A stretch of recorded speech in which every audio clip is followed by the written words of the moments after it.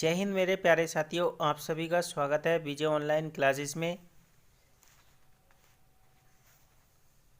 Guys, chapter number 2 अम्ल क्षार एवं लवण यानी कि कक्षा 10 का साइंस 10th क्लास विज्ञान अम्ल क्षार एवं लवण बहुत ही इंपॉर्टेंट चैप्टर है 10th क्लास का। तो देखते हैं ऑल कंपटीशन ऑल एग्जाम के लिए IAS PCS railway SSC judicial magistrate clerical कोई भी एग्ज़ाम हो, यूनिवर्सिटी एग्ज़ाम हो, एंट्रेंस एग्ज़ाम हो, सभी परीक्षाओं के लिए महत्वपूर्ण है। तो देखिए गाइज, अम्ल क्या है। फर्स्ट क्वेश्चन है आपका, अम्ल क्या है। एसिड क्या होता है। तो अम्ल होता क्या है। अम्ल हमारे जीवन में क्या महत्वपूर्ण है, यानी कि हमारे जीवन में उसका महत्वपूर्ण स्थान क्या है। तो देखते हैं आंसर। वे पदार्थ जो खट्टे होते हैं, यानी कि वे पदार्थ जो खट्टे होते हैं तथा नीले लिटमस को लाल कर देते हैं, यानी कि एक नीले रंग का लिटमस पेपर होता है, अगर हम उस पर अम्ल डालते हैं तो उसको लाल कर देते हैं, अम्ल कहलाते हैं। यानी कि वे पदार्थ जो खट्टे होते हैं और नीले लिटमस को लाल कर देते हैं, अम्ल कहलाते हैं। ठीक है गाइस, सिंपल सी लैंग्वेज है। आप अपनी लैंग्वेज में भी, अपनी भाषा में भी आंसर को कन्वर्ट कर सकते हैं। अगर कहीं भी आंसर लिखने को आता है आपको कुछ शब्दों में, 30 शब्दों में या 50 वर्ड में, तो आप उतने ही शब्द लिखिए, उससे कम लिखिए, अच्छे शब्द लिखिए अपने लैंग्वेज में। जैसे कि IAS PCS का जो है मेन एग्जाम होता है तो उसमें भी आता है, या अम्ल क्या है अगर आ गया तो आप अपनी लैंग्वेज में भी कन्वर्ट करके लिख सकते हैं। ज़रूरी नहीं है यही लैंग्वेज लिखें आप, ठीक है गाइज, लेकिन आंसर सटीक होना चाहिए। यानी कि वे पदार्थ जो खट्टे होते हैं या जो खट्टे पदार्थ होते हैं और नीले लिटमस पेपर को लाल कर देते हैं, अम्ल कहलाते हैं। ठीक है गाइज, आगे चलते हैं। आयनन सिद्धांत के आधार पर, आयनन यानी कि आयनन सिद्धांत के आधार पर एक सिद्धांत आयनन वे पदार्थ जो जलीय विलयन में हाइड्रोजन आयन यानी कि हाइड्रोजन आयन H+ मतलब धन देते हैं तथा हाइड्रोजन आयन के अतिरिक्त और कोई ध्यान नहीं देते हैं, अम्ल कहलाते हैं। यानी कि जल में जो है हाइड्रोजन आयन देते हैं, कोई विलयन लीजिए, पानी का, नमक चीनी पानी का विलयन लीजिए और उसमें जो है हाइड्रोजन आयन यानी कि H+ देते हैं तो उसको अम्ल कहलाते हैं, यानी कि उनको हम अम्ल कहते हैं। ठीक है गाइज, तो आगे चलते हैं। और खट्टे पदार्थ हमारे जीवन के लिए भी बहुत महत्वपूर्ण है, यानी कि जैसे कि हम खट्टा खाते हैं, सबसे विटामिन सी, तो विटामिन सी यानी कि विटामिन सी का स्रोत है गाइज सबसे अच्छा, यानी कि आंवला। आंवले में सबसे ज़्यादा विटामिन होता है और विटामिन हमारी बॉडी के लिए महत्वपूर्ण स्थान भी रखता है। विटामिन सी की कमी से हमारे दांत स्कर्वी रोग में आ जाते हैं, यानी कि हमारा मुंह आ जाता है और हमारे दांत फायरिया या क्षय होने लगते हैं। ठीक है गाइज, तो विटामिन सी हमारे लिए महत्वपूर्ण है। तो हमें टमाटर और नींबू और आपके खट्टे फल, खट्टे पदार्थ खाने चाहिए और सबसे ज़्यादा आंवला यूज करना चाहिए, जो हमारी आँखों की रोशनी भी बढ़ाता है और विटामिन सी का भरपूर स्रोत है। तो गाइज आगे चलते हैं। Very very important question.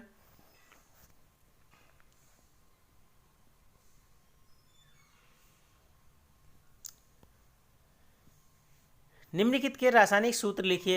अब रासायनिक सूत्र लिखने हमने फॉर्मूला लिखना है, तो देखिए, यानी कि क्वेश्चन नंबर 2 है आपका, तो रासायनिक फॉर्मूले लिखने हैं। नाइट्रिक अम्ल, एसिटिक अम्ल, कैल्शियम हाइड्रोक्साइड, पोटेशियम हाइड्रोक्साइड। तो वेरी इंपॉर्टेंट्स, हमारे जीवन के लिए भी बहुत ही इंपॉर्टेंट्स हैं नाइट्रिक अम्ल। तो इनके फॉर्मूले लिखने को आते हैं आपके ऑल कंपटीशन एग्जाम, ऑल यानी कि all university exam, entrance exam, तो फॉर्मूले अक्सर आते हैं। और 10th क्लास बोर्ड एग्ज़ाम यानी कि ICSE, CBSE, UP, कोई भी all entrance, all university exam, all board exam, all India यानी कि 29 स्टेट के बोर्ड एग्ज़ाम के लिए, यानी कि नाइट्रिक अम्ल, अब आप चाहे उत्तराखंड एग्ज़ाम कह लीजिए 10th क्लास, या UP, या राजस्थान, या दिल्ली बोर्ड, या ICSE बोर्ड, नाइट्रिक अम्ल तो नाइट्रिक अम्ल होगा ना। तो गाइज आपको नाइट्रिक अम्ल का जो है फॉर्मूला याद होना चाहिए और कोई भी बोर्ड एग्जाम हो सभी के लिए इम्पोर्टेंट है। ठीक है गाइज, तो आगे देखते हैं सभी के फॉर्मूले।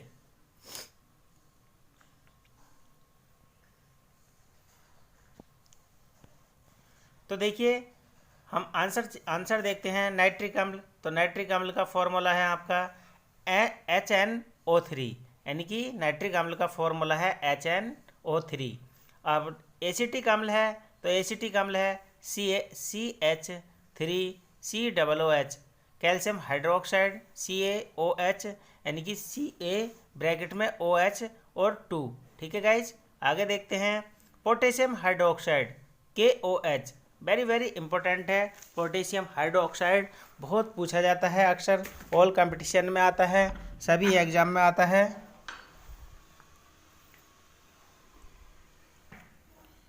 तो हम देखते हैं पोटेशियम हाइड्रोक्साइड। ठीक है गाइज, आगे चलते हैं। तो सारे फॉर्मूले बहुत इंपॉर्टेंट हैं हमारे जीवन के लिए भी, ऑल कंपटीशन के लिए, ऑल बोर्ड एग्जाम के लिए। तो आगे देखते हैं नेक्स्ट क्वेश्चन।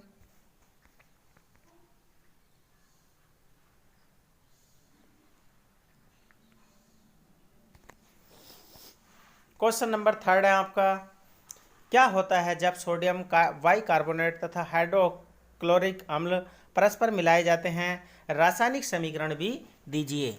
तो हमने रासायनिक समीकरण देनी है, यानी कि क्या होता है। अक्सर ऐसे क्वेश्चन बोर्ड एग्जाम में बहुत आते हैं। क्या होता है जब एक अम्ल को दूसरे अम्ल से रिएक्शन कराई जाती है तो क्या होता है? तो गाइज आपको रासायनिक समीकरण लिखनी है। तो आंसर देखते हैं। जब सोडियम बाइकार्बोनेट तथा हाइड्रोक्लोरिक अम्ल परस्पर मिलाए जाते हैं, यानी कि आपस में रिएक्शन करते हैं, तो कार्बन डाइऑक्साइड गैस उत्पन्न होती है। तो उससे हम क्या निकलता है, जब दोनों हाइड्रोक्लोरिक अम्ल और सोडियम बाइकार्बोनेट आपस में रिएक्शन करते हैं, मिलते हैं, तो कार्बन डाइऑक्साइड गैस उत्पन्न होती है। ठीक है गाइज, तो देखिए फॉर्मूला है सोडियम बाइकार्बोनेट का NaHCO3, sodium bicarbonate NaHCO3 plus, यानी कि S का मतलब है, ये S जो लिखा है ब्रैकेट में, इसका मतलब है सॉलिड, सॉलिड का मतलब है ठोस, यानी कि NaHCO3 जो है ठोस फॉर्म में है, यानी कि ठोस रूप में है। ठीक है, द्रव में नहीं है, लिक्विड नहीं है। HClAq, यानी कि ये लिक्विड भी हो सकता है और ठोस फॉर्म में भी हो सकता है। HCl हमारा द्रव फॉर्म में है, लिक्विड फॉर्म में है। ठीक है गाइज, आगे एरो लगा दिया गया है, यानी कि आगे को क्या बनता है। तो NaClAq, यानी कि ठोस फॉर्म में भी हो सकता है और लिक्विड फॉर्म में भी। NaCl क्या है, तो गाइज आपको पता होगा, प्लस H2O, यानी कि लिक्विड फॉर्म में, देखिए L लिखा है ब्रैकेट में, तो इसका मतलब आप समझ जाइए लिक्विड। और CO2G, ब्रैकेट में G लिखा है, तो G का मतलब है गैस। अब देखिए NaCl होता है हमारे जीवन में गाइज, NaCl का मतलब है, तो हमें क्या प्राप्त हो गया, नमक, जिसको हम साधारण नमक कहते हैं, यानी कि हम खाना खाने में खाते हैं और सारे स्वाद, हमारी जीभ के स्वाद NaCl से ही प्राप्त होते हैं। अगर नमक ना हो भोजन में तो हमारा भोजन अस्वादिष्ट लगेगा। तो NaCl, अगर आप मार्केट में जाते हैं NaCl कहते हैं, तो जो अच्छे जानकार हैं वो समझ जाएंगे, नहीं तो NaCl क्या होता है किसी को नहीं पता। तो इसको हम साधारण नमक कहते हैं। H2O, ये जल का सूत्र हो गया, यानी कि हाइड्रोजन के दो परमाणु ऑक्सीजन का एक परमाणु मिलकर जल का निर्माण करते हैं। CO2 कार्बन डाइऑक्साइड गैस हो गई और ये गैस हमारी प्राप्त हो जाती है। तो देखिए इन दो पदार्थों को मिलने से रिएक्शन जो होती है, तो इतनी चीज़ें हमें प्राप्त होती हैं। तो ये रिएक्शन आपको याद रखनी है गाइस, और आपको रिएक्शन लिखनी है। सोडियम बाइकार्बोनेट हाइड्रोक्लोरिक अम्ल जब रिएक्शन करेंगे, केवल अपनी डेफिनेशन, मैंने आप बार बार कहता हूँ, आप अपनी लैंग्वेज में कन्वर्ट करके लिख सकते हैं। ठीक है गाइस, तो देखिए ये चीज़ें इनसे प्राप्त होती हैं। आगे चलते हैं।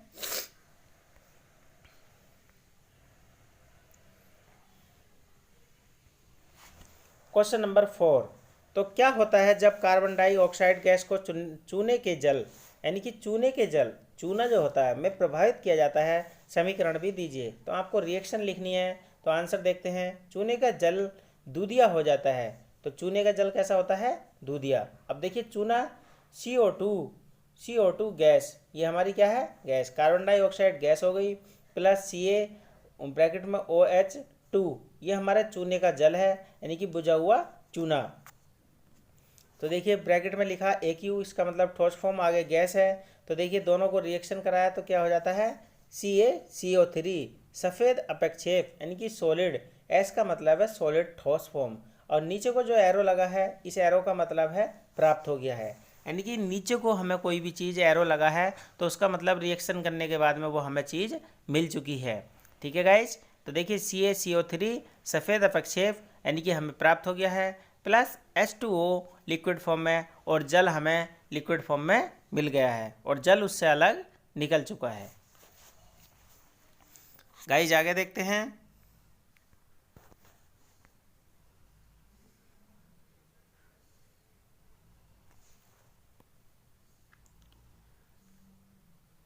क्वेश्चन नंबर 5, सूचक क्या है। अब देखते हैं सूचक क्या है।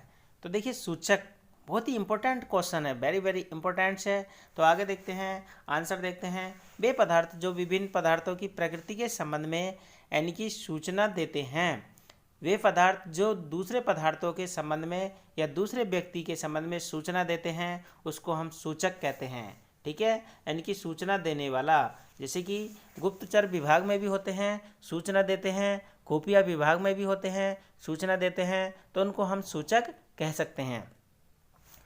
सूचक अम्लीय होते हैं, और सूचक देखिए कैसे होते हैं, अम्लीय होते हैं, क्षारीय होते हैं, माध्यमों में विभिन्न रंग देते हैं, और ये अम्लीय होते हैं और क्षारीय होते हैं, और ये इनके रंग कई कई प्रकार से चेंज होते हैं। ठीक है गाइज, तो देखिए क्षारीय, क्षारीय क्षार का स्वाद जो होता है खट्टा भी हो सकता है, तीखा भी हो सकता है, कड़वा भी हो सकता है।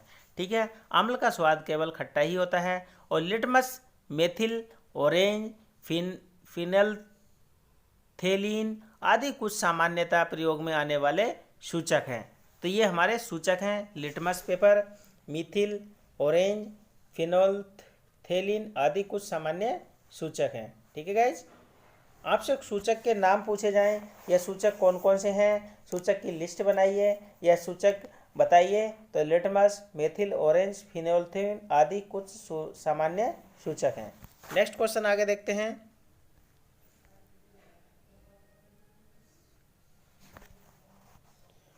क्वेश्चन नंबर 6,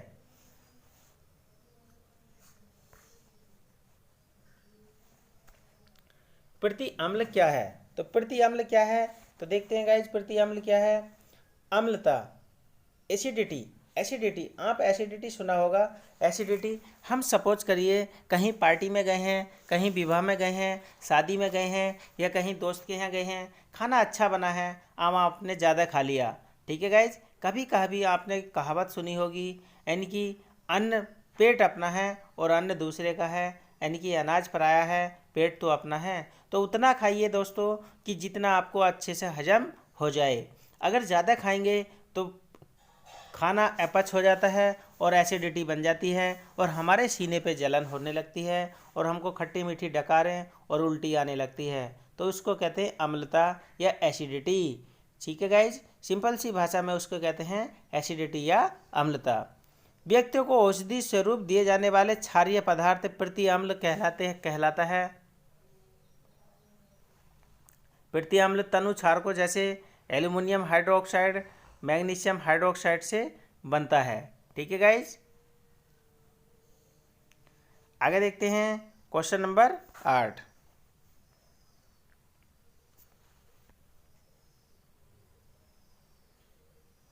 क्वेश्चन नंबर 7, क्या होता है जब तनु क्लोरिक अम्ल कॉपर ऑक्साइड में मिलाया जाता है।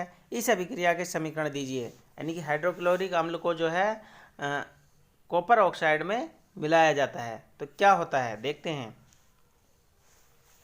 विलयन का रंग नीला हरा हो जाता है। विलयन का रंग कैसा होता है, नीला हरा हो जाता है। कॉपर ऑक्साइड घुल जाता है, और जो कॉपर होता है यानी कि तांबा होता है वो घुल जाता है उसमें। विलयन का रंग नीला हरा रंग कॉपर सेकंड क्लोराइड बनने के कारण होता है। तो देखते हैं, आपको रिएक्शन बहुत याद रखनी है, वेरी वेरी इंपॉर्टेंट होती है। रिएक्शन लिख देंगे, थ्योरी नहीं भी लिखते हैं तो रिएक्शन थ्योरी तो आपके क्वेश्चन में दी होती है, और आप क्वेश्चन से थ्योरी उठा के रख दीजिए और रिएक्शन अपनी तरफ से लिख दीजिए। तो रिएक्शन याद होनी चाहिए, यानी कि सभी के संकेत याद होने चाहिए। ठीक है, तो देखिए कॉपर ऑक्साइड CuO, तो ये कॉपर ऑक्साइड हो गया CuO, संकेत कॉपर का CuO प्लस HCl, यानी कि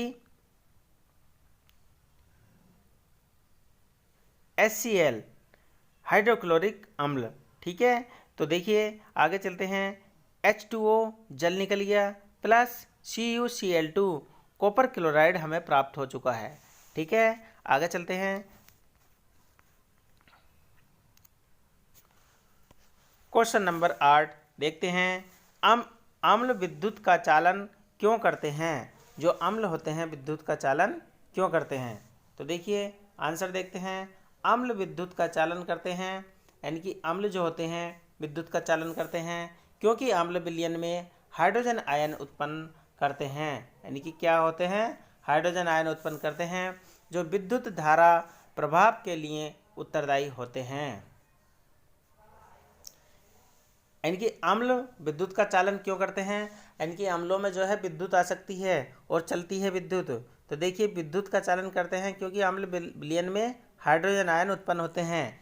यानी कि कभी कभी आपसे पूछा जाए कि देखिए जो अम्ल होते हैं उनमें विद्युत का चालन क्यों हो जाता है, तो विद्युत का चालन इसलिए हो जाता है क्योंकि अम्ल जो है हाइड्रोजन आयन यानी कि हाइड्रोजन प्लस हाइड्रोजन धन आयन उत्पन्न करते हैं, इसलिए विद्युत का चालन हो जाता है।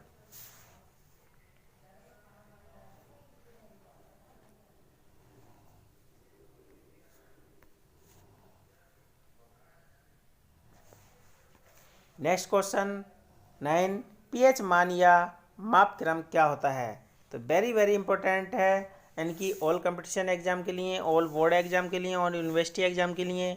तो पीएच मान और हमारी बॉडी के लिए भी हर किसी का पीएच मान होता है। अगर हमारी बॉडी का पीएच मान बिगड़ जाता है गाइज, तो जो है हमारी बॉडी बीमार पड़ जाती है। हमारे मुंह का पीएच मान बिगड़ जाता है तो हमारा मुंह आ जाता है, दांत का पार्य रख जाता है और हमें कुछ भी बीमारियां लग जाती हैं। तो हमारी बॉडी का पीएच मान मेंटेनेंस रहना चाहिए, मुंह का पीएच मान मेंटेनेंस रहना चाहिए, नहीं तो हमारे दांत सड़ने गलने और गिरने लगते हैं। ठीक है गाइज, तो देखते हैं उत्तर। तो आंसर देखते हैं इसका। किसी विलयन में हाइड्रोजन आयन सांद्रता के मापन हेतु प्रयुक्त पैमाना पीएच मान कहलाता है। ठीक है, यानी कि किसी भी चीज़ के लिए हम उसको आयन नापते हैं या सांद्रता के मापन प्रयुक्त करते हैं तो उसको हम पीएच मान कहते हैं, और हर किसी का पीएच मान अलग अलग होता है।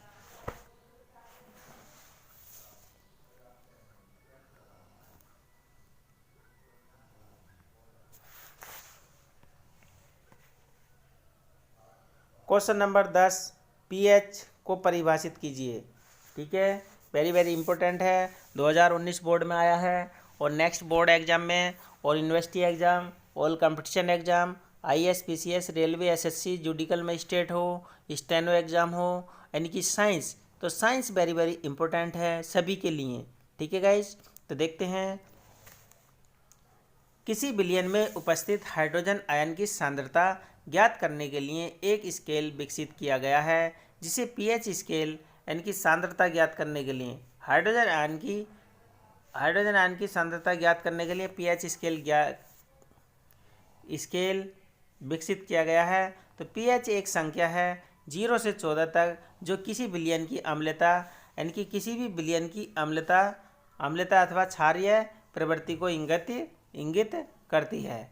यानी कि जो पीएच मान होता है वो हमारी दो चीज़ें बताता है, अम्लता खट्टापन और क्षारीय कड़वा तीखापन को। जो पीएच मान स्केल होता है guys, very very important question, 0 से 14 तक होता है।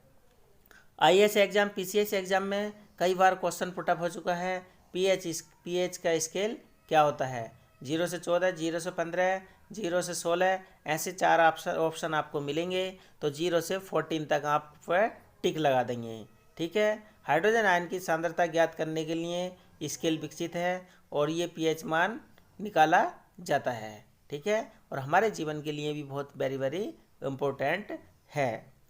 अम्ल वर्षा क्या होती है? तो देखिए बहुत ही इम्पोर्टेंट क्वेश्चन है। अम्ल वर्षा क्या होती है या अम्ल एसिड रेन क्या होती है? बहुत आता है। तो जब वर्षा जल का पीएच मान, यानी कि जो बारिश का जल होता है उसका जो पीएच मान नापेंगे तो 5.6 से कम होता है तो यह अम्लीय वर्षा कहलाती है।